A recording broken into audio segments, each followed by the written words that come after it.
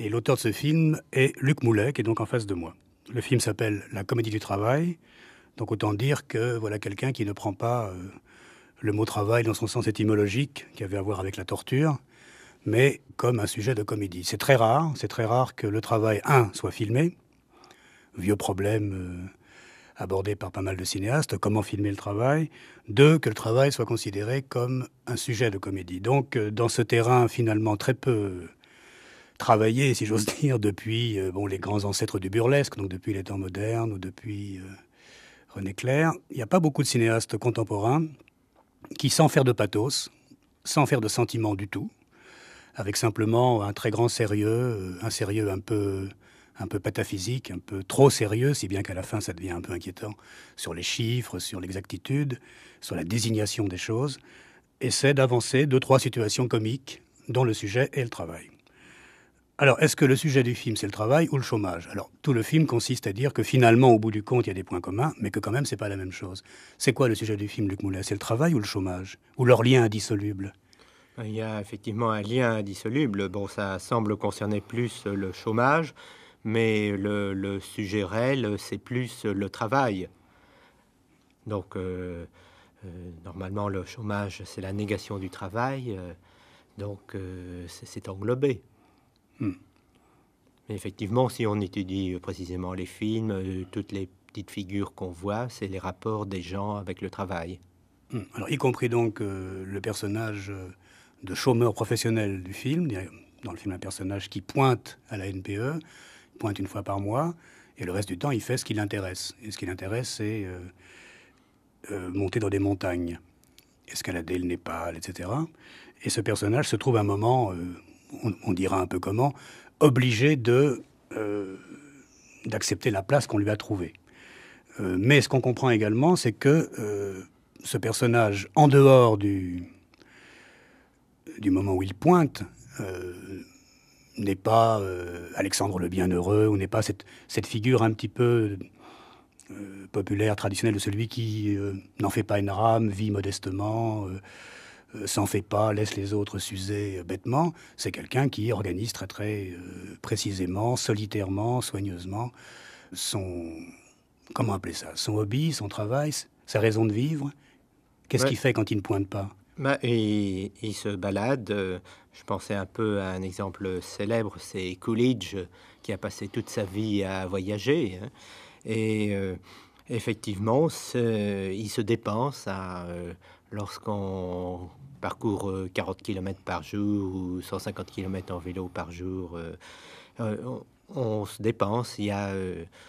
ça se compte, je crois, je ne sais plus si c'est en joules, mais il y a un certain nombre de calories qui sont dépensées. Il dépense peut-être 5 ou 6 000 calories, beaucoup plus que le travailleur moyen, et ça s'appelle le travail, ça, en physique.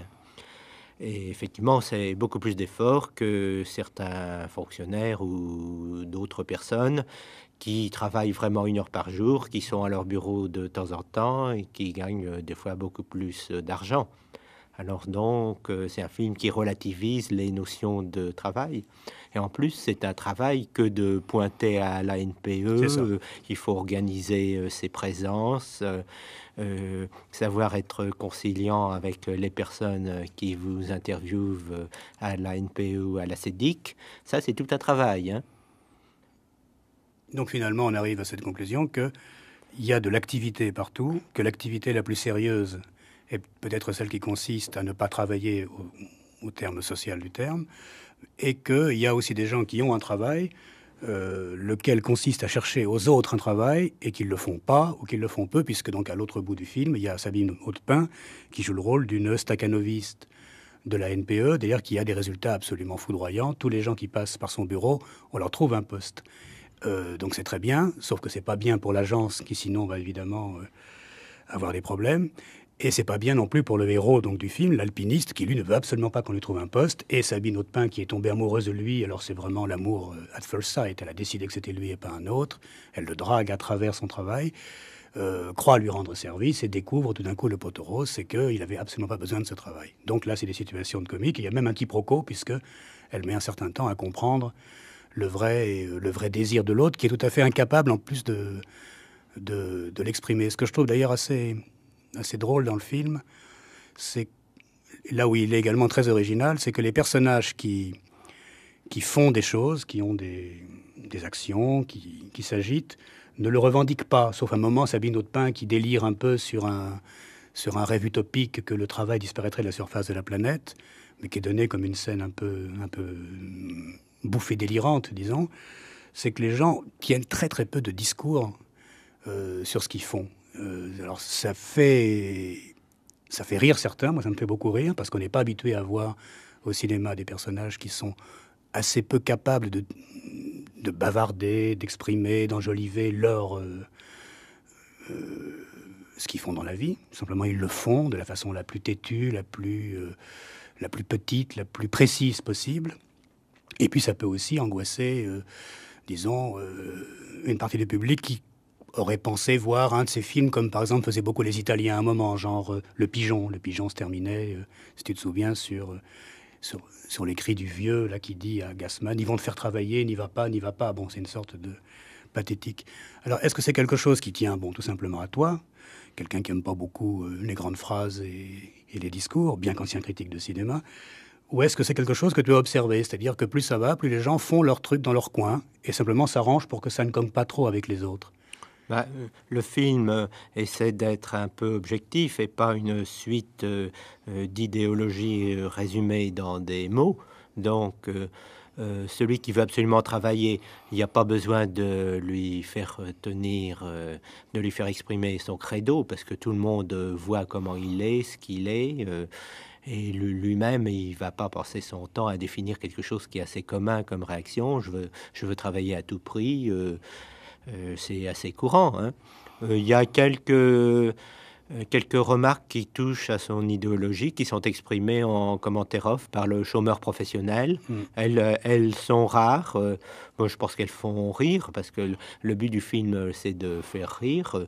Donc, pas trop de discours, sauf celui de Sabine Audepein, la profession de foi de la prospecteuse placière parfaite, qui nous entraîne dans une forme de folie futuriste, et très drôle, je pense. Parce que sur le chômage, en général, on entend toujours les discours des politiques, on voit des reportages à la télé, toujours accablants, où des gens disent « c'est terrible, on ne se sent plus un homme, on se sent totalement nié, humilié, etc. » C'est pas supportable. Il y a toujours un pathétique du chômage, et on n'arrive pas à savoir dans ton film si tu n'en as rien à foutre, ou si tu penses qu'il est extrêmement exagéré. Quelle est la part large, je dirais, d'intervention subjective de Luc Moulet? Bon, alors il y a deux choses. C'est que le problème, c'est surtout, à mon avis, d'avoir un travail intéressant, qui est le vrai problème. Et il n'y a pas beaucoup... la société offre de moins en moins de travaux dans lesquels les gens peuvent se reconnaître. Par rapport à l'évolution depuis 100 ou 200 ans, ça se réduit toujours chaque année ou chaque décade. Bon, voilà d'une part. Quant au chômage, effectivement, il y a ceux qui le vivent mal, comme le personnage de Roland Blanche, et il y a ceux qui le vivent plutôt très bien, comme le chômeur professionnel. Encore que ils se sentent des fois mal à l'aise, parce que quand on voit tout le monde travailler, et soit qui travaille pas, on est un peu gêné. Il exprime ça. Et ça m'intéressait, parce qu'on n'avait jamais montré au cinéma. D'abord, les chômeurs professionnels, on les montre pas tellement avec leur façon de vivre, et puis en même temps, les petits remords qu'ils peuvent avoir vis-à-vis de la société ou des autres.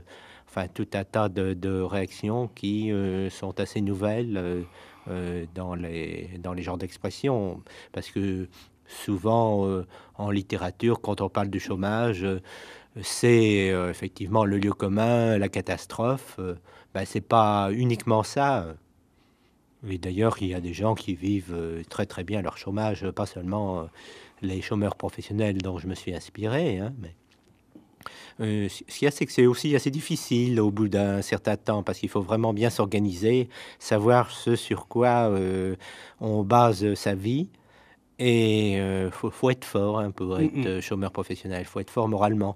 Le travail, il y a une sorte de routine qui vous absorbe, qui vous empêche de penser. Ça vous conduit. Les gens qui sont pas très forts sont entraînés par la routine et ça peut aller assez bien. Et c'est pour ça qu'après, s'ils se retrouvent sans travail, ils sont souvent perdus. Bien sûr, parce que le personnage du chômeur professionnel, le peu qu'on sait de lui ou qu'on devine de lui, c'est quelqu'un d'absolument seul.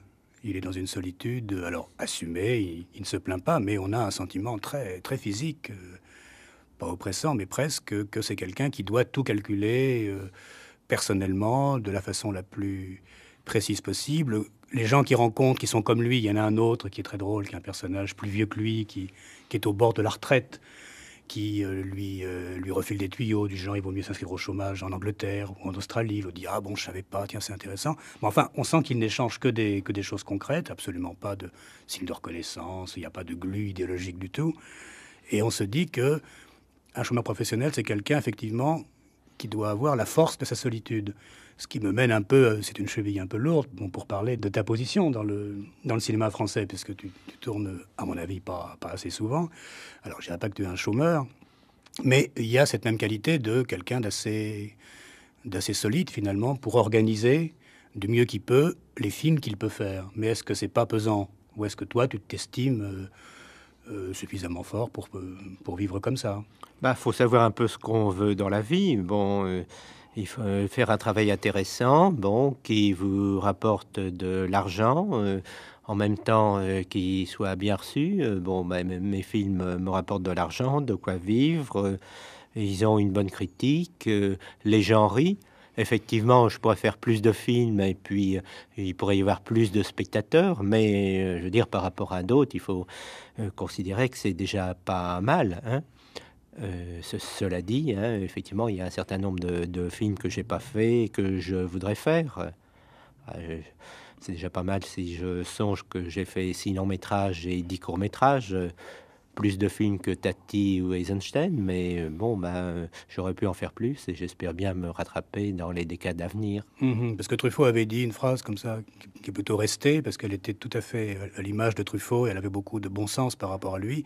C'était « j'ai pas trouvé d'emploi du temps mieux ou supérieur à celui du cinéma ». Donc il disait emploi du temps, ça voulait dire la façon dont la vie personnelle se mêle avec le travail, dont il y a un rapport qualité-prix du film, il y a un rapport public argent mis en jeu, il y a une sorte d'équivalence qui doit se faire, mais il y a aussi la vie personnelle de quelqu'un. Il doit se retrouver à peu près tous les matins en se disant bon, même si des films de moi ne sortent pas tout le temps, je ne suis pas très présent dans l'espace médiatique, je suis cinéaste, je fais du cinéma. Et est-ce que toi tu penses que tu as le meilleur emploi du temps, de ton temps possible? Ben, je l'organise en fonction des possibilités de tournée que j'ai, effectivement. Quand je tourne pas, bon, ben, je m'occupe de ma famille, je voyage, pas mal de voyages, je fais du sport, je lis beaucoup, je vois des films, hein. Euh, Finalement, je considère que je perds pas tellement de temps, mais je pourrais aussi faire plus de films. Parce que ça c'est vraiment une question, à mon avis, déjà fondamentale et qui va l'être de plus en plus. C'est que il y aura, à mon avis, de moins en moins de gens qui feront des films tout le temps. C'est-à-dire, donc, qui pourront dire je suis cinéaste et je fais un film par an, et puis voilà, ça roule. Donc, de plus en plus, le problème de comment on organise son temps quand on est cinéaste va se poser. On va voir de plus en plus de gens qui font un film de temps en temps, et on est absolument content quand une fois tous les 2, 3, 4, 5 ans, ça peut aller, je sais pas, Rosier, Stévenin, là on arrive à des cas presque limites. Bon, quelqu'un fait un film et on a des nouvelles de lui, on dit ça va, il continue dans sa direction. S'il a suffisamment de spectateurs, c'est très bien parce qu'il en fera d'autres. Mais après tout, on ne le plaint plus, comme on l'aurait plaint avant, de pas assez tourner, ou de pas avoir plus gros budget, ou pas plus de spectateurs. Est-ce qu'à un moment, même ce que je dis n'est pas, pour toi, qui n'est pas très romantique, quelque chose d'incroyablement romantique? Bah, c'est-à-dire, on a la même chose en littérature où beaucoup de grandes œuvres littéraires se sont limitées à un seul roman qui a eu une influence considérable sur des fois des décades ou des siècles. Bon, il y a plusieurs exemples. Il y a le livre de Clarine qui est sorti, c'est un livre La unique. Régente, oui. Oui, L'autre et Amont, on peut dire que ça se limite à 200 ou 300 pages. Il y en a d'autres. Malcolm Lowry, C'est pas des comédies. non, non, c'est pas des comédies.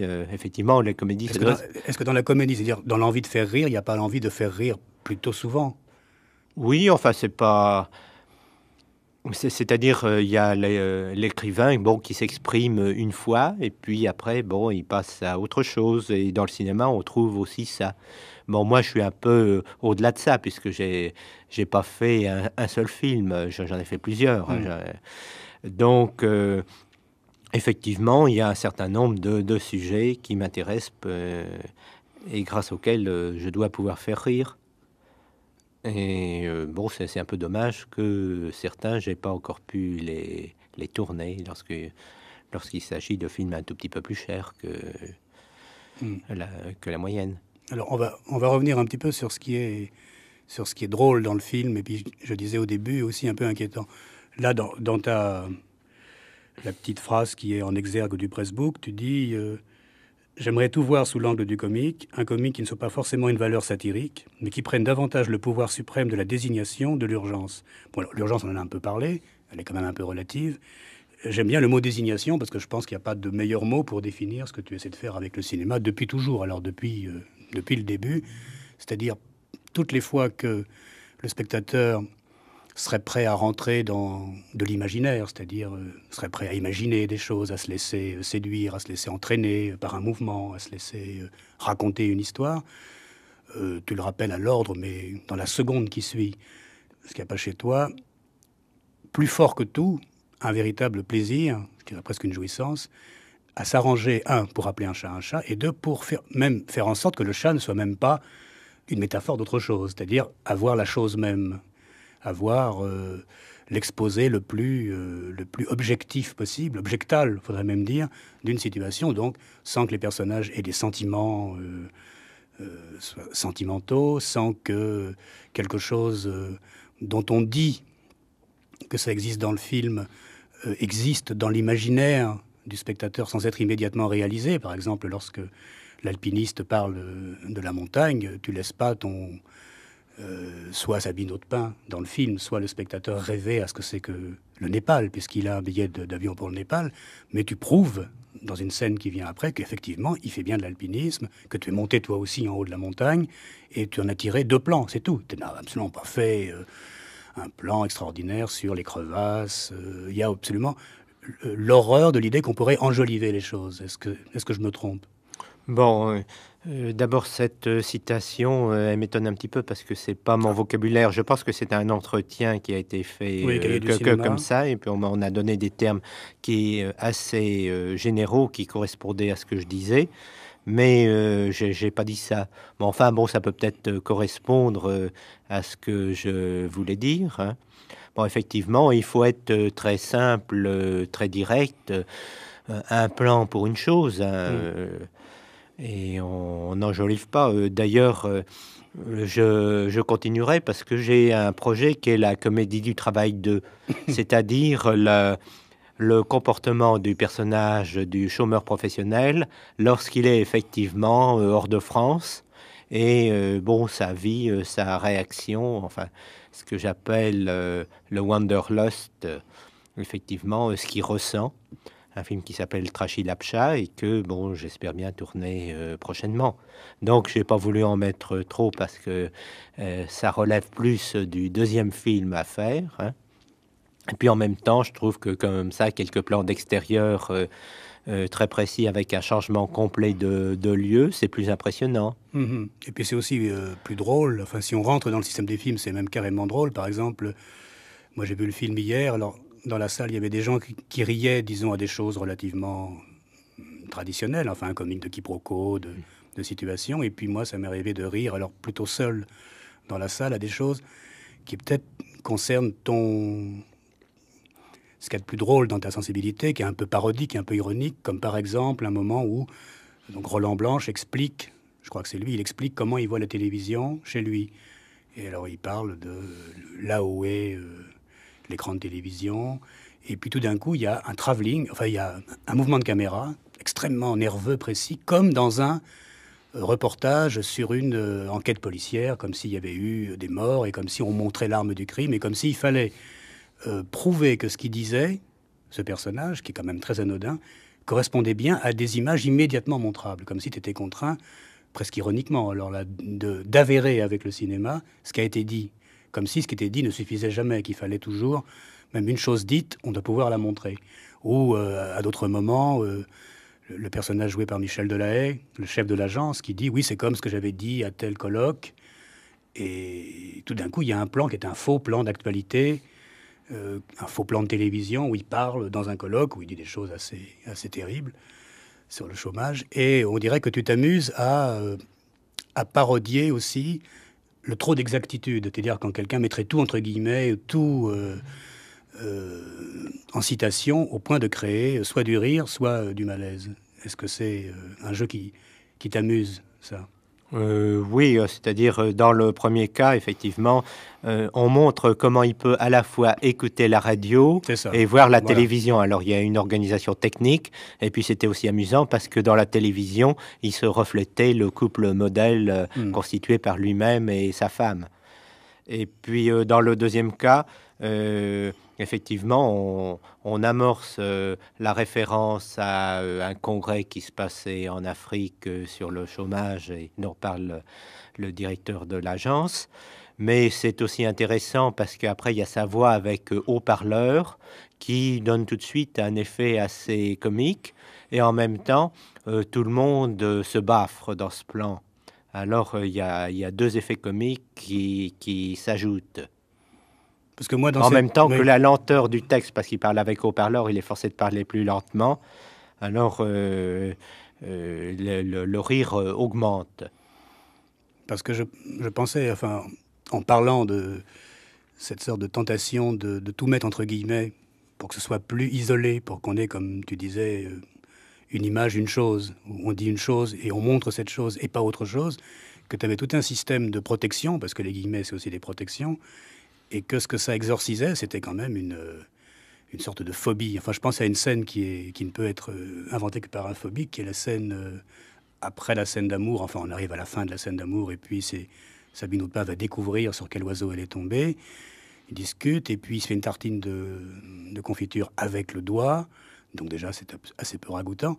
Et puis, finalement, dans un moment d'énervement, il lui balance la confiture, enfin, il lui balance la tartine sur le corps, donc elle est à moitié nue. Et bon, c'est un plan finalement très violent, parce qu'on joue peu de ce genre de violence au cinéma, parce que c'est très petit et trivial, donc c'est beaucoup plus difficile à digérer, si j'ose dire, que si ça devient une grande provocation. Est-ce qu'il n'y a pas aussi, dans ton refus de l'imaginaire, dans ton goût de la précision, la volonté bien délibérée que chacun est absolument seul avec ses petits calculs et que vraiment toutes les tentatives de faire lien, alliance, amour avec l'autre sont dérisoires et ne comptent pas, quoi. Mais dans ce cas-là, ce sont trois personnages très opposés. Hein.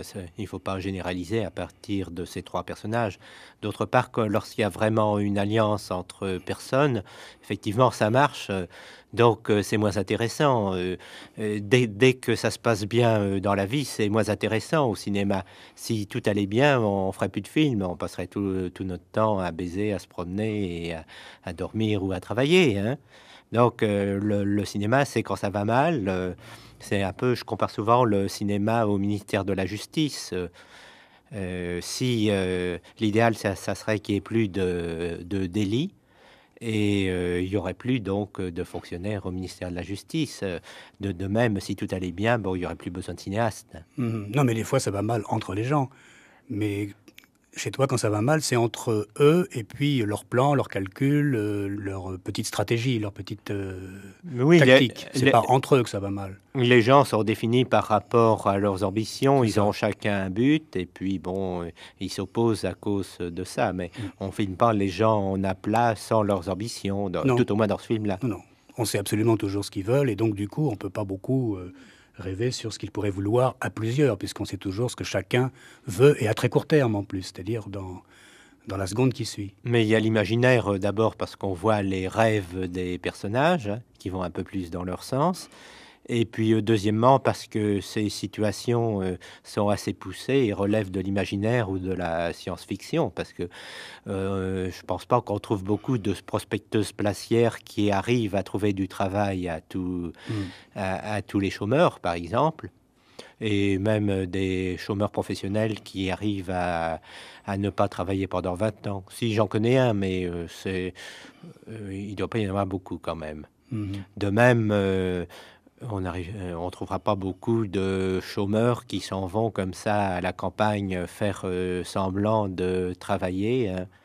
Il cache à sa femme qu'il n'a pas travaillé, il va dans le bois faire ses lettres aux employeurs supposés, et qui réagit aussi violemment vis-à-vis des autres, qui emploie la violence à l'égard de ceux qu'il traite de chômeurs et qui tue ceux qui ont un point de vue tout à fait différent de lui.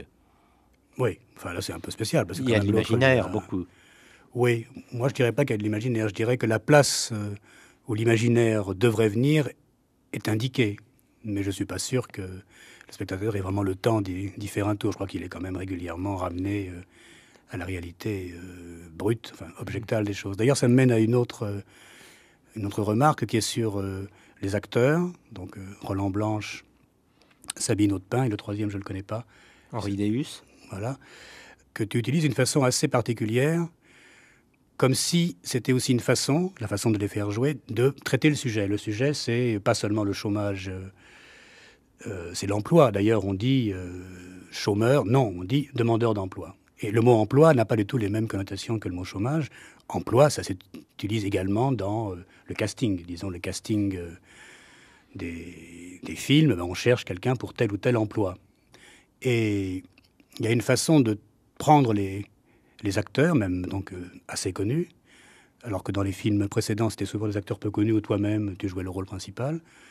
Pas du tout dans le sens de leur emploi qu'ils ont déjà eu avant ou de ce qu'ils pourraient être capables de jouer sur leur fonds propre d'acteurs, mais avec une sorte de zone de flou sur à quoi ils pourraient bien être bons. Et d'ailleurs, dans le film, celui qui est le plus qualifié pour avoir l'emploi de pharmacie, là, donc qui est Roland Blanche, ne l'a pas, ça joue contre lui. Et c'est celui qui n'est qualifié pour rien a priori qui l'a. Bon. Et est-ce qu'il n'y a pas la même démarche par rapport aux acteurs? C'est-à-dire, il n'y a pas d'emploi qui dépendrait de l'imaginaire autour d'un acteur. Simplement, il y a des gens qui essaient, tant bien que mal, de correspondre à des rôles. Ils correspondent en général assez peu. Et puis, ça n'a aucune importance. Non, c'est pas ça exactement. Bon, ce qui est intéressant au cinéma, c'est pas de reprendre des acteurs dans des emplois qu'ils ont déjà eu précédemment, ni même, à mon avis, de faire du contre-emploi systématique, quoique ça peut être intéressant, hein, qui mais ça, c'est du non-emploi, ça. Et là, c'est un peu l'emploi à côté, c'est-à-dire quelque chose qu'ils n'ont pas fait, mais qui est assez proche d'eux, ou enfin de ce qu'ils représentent et qu'ils peuvent faire. Bon, par exemple, Sabine Audepin, habituellement, elle est presque figée comme ça, comme jeune première romantique. C'est pour ça qu'elle a beaucoup de succès au théâtre, parce que c'est le répertoire des pièces anciennes, tandis qu'au cinéma, on axe plus sur les héroïnes modernes et elle fait un peu démodée. Donc c'était très intéressant de lui donner non pas uniquement le rôle d'une amoureuse à l'ancienne, mais aussi d'une stakhanoviste. En même temps, c'était intéressant parce que c'est quelqu'un qui se dépense beaucoup dans son jeu. Et effectivement, c'était très fort lorsque c'était la passion amoureuse, mais c'est aussi très intéressant lorsque c'est quelque chose de nouveau, comme le travail. Parce qu'elle est doublement stakhanoviste. Elle cherche à la fois à trouver du travail à tout le monde, et puis elle-même, elle travaille énormément à ça, puisqu'elle passe ses nuits, évidemment, sur les fiches des chômeurs. Donc, c'est un peu à côté. De même, Roland Blanche, il est catalogué comme malfrat ou policier un peu débile, lourdingue, violent. Et il n'a pas vraiment eu un rôle comme ça au cinéma. Il l'a plus eu au théâtre, dans les pièces, effectivement, qui sont plus intéressantes pour lui, hein, qui est plus avantageuse aussi. Effectivement, il a un emploi assez proche. Alors, je lui ai fait tenir, peut-être pour la première fois au cinéma, plus proche, un rôle plus proche de ce qu'il fait au théâtre. Mm. Par contre, pour les acteurs secondaires, on peut pas trop se permettre de comme ça, de choix de personnages un peu à côté de l'acteur, parce qu'on les voit pas tellement. Donc, c'est beaucoup plus typé. Par exemple, Dominique Zardy. Oui, ça c'est presque des citations. Oui. Oui, donc, quand c'est court, il faut aller, je pense, un peu au lieu commun. Mm. En même temps, le lieu commun repose il faut pas qu'il y ait sans cesse des paradoxes. Il faut alterner, sinon ça fatigue énormément. Mm. Donc, il y avait des emplois assez précis pour ces deux personnages. Et puis, pour le troisième personnage, Henri Deus, il me fallait quelqu'un qui soit tout à fait différent des deux acteurs principaux, parce que ces deux personnages principaux travaillent. Donc, ce sont des gens assez speedy, et il y a un jeu qui correspond aussi à un jeu assez dominant dans le cinéma, où il y a effectivement une dépense de l'acteur qui est très intéressante. Bon, disons que c'est un jeu assez français, où on voit l'acteur agir beaucoup, tandis qu'il me fallait un personnage qui soit joué par un acteur plus proche d'un jeu américain, qui est souvent une sorte de non-jeu ou un jeu très feutré. Ben, c'est celui qui ne fait rien comme personnage, puisque c'est un chômeur professionnel et qui respire plus. Donc, il faut qu'il soit plus contemplatif et qui s'oppose au rendement très fort des deux personnages. Ce qui fait des fois que les rôles des personnages négatifs et speedy sont plus avantageux des fois pour l'acteur. Mais ça s'équilibre. Il y a deux mondes différents. Parce que ce matin, je repensais au film. C'est bien de repenser le lendemain à un film qu'on a vu la veille pour voir l'image qui vient d'abord. Et puis je pensais à certaines scènes donc, où on voit le chômeur professionnel qui essayait d'exprimer donc dans le film, dans la fiction du film, désespérément, avec donc son corps, son visage, sa façon d'être, par pitié de me donner aucun emploi, je ne colle à aucun emploi. Et c'est vrai que je me disais que l'acteur étant pas très connu, le type de personnage que c'est est très difficile à enfermer, parce que bon, il a des grands cheveux, il a un côté un peu playboy, mais pas vraiment, un peu baba, mais pas vraiment, un peu jeune premier, mais pas vraiment. Et je trouvais finalement que l'une des rares choses émouvantes dans ce film, c'était finalement cette résistance absolument désespérée alors du réel, de ce que tu filmes, de ce que tu mets en face de ta caméra, le réel disant par pitié ne me filmez pas, ne m'utilisez pas, laissez-moi être. Et si je peux obtenir de ne pas rester trop dans le plan, enfin des choses comme ça, il y a presque quelque chose, une sorte de désir, là aussi phobique, du film par rapport à son spectateur. Ça me paraissait toucher juste, enfin une sorte de... Je dirais pas de... Alors c'est quelque chose qui a été beaucoup utilisé à ton propos, on dit sur le cinéma minimal, à cause de ce qu'on a dit, c'est-à-dire une idée, une image, ou un objet, une image, pas deux, ou point zéro du cinéma, mais plutôt dans le sens de Barthes, c'est-à-dire dans le sens plutôt laudatif, c'est-à-dire là on touche à quelqu'un qui réussit à mettre en scène des corps, des images, des paysages, qui ne veulent rien, à la limite, qui voudraient bien être ailleurs. Et des fois, on se demande, par une sorte de vertige, quelle que soit la drôlerie du film, si on ne gêne pas, si on n'est pas rentré un peu par effraction comme dans le corps d'un ordinateur où les choses se calculent, s'échangent, disparaissent, enfin, sans parler des fameux virus maintenant des ordinateurs, et qui n'est absolument pas un spectacle. Alors, bon, je sais bien que ce que je fais, c'est une interprétation personnelle, donc tu peux toujours dire que tu n'as rien à savoir de ça, mais est-ce qu'il n'y a pas un peu de vrai quand même là-dedans? Bah, c'est-à-dire qu'on peut se sentir mal à l'aise parce qu'on voit une vie qui vous refuse. Aucun travail ne semble avoir réellement d'intérêt. À mon avis, le seul personnage vraiment sympathique du film, c'est le paysan qui ramasse des pommes de terre, parce qu'on le voit, il fait au moins un travail qui sert à quelque Mais chose. c'est pas un personnage, il dit pas un mot. Ben oui, Et mais il dit pas un mot, mais bon, il est là. Pour moi, le, il représente la rareté, effectivement, du travail réel dans notre monde moderne. Donc, c'est un comparse parce que ça arrive à très peu de personnes. Mhm.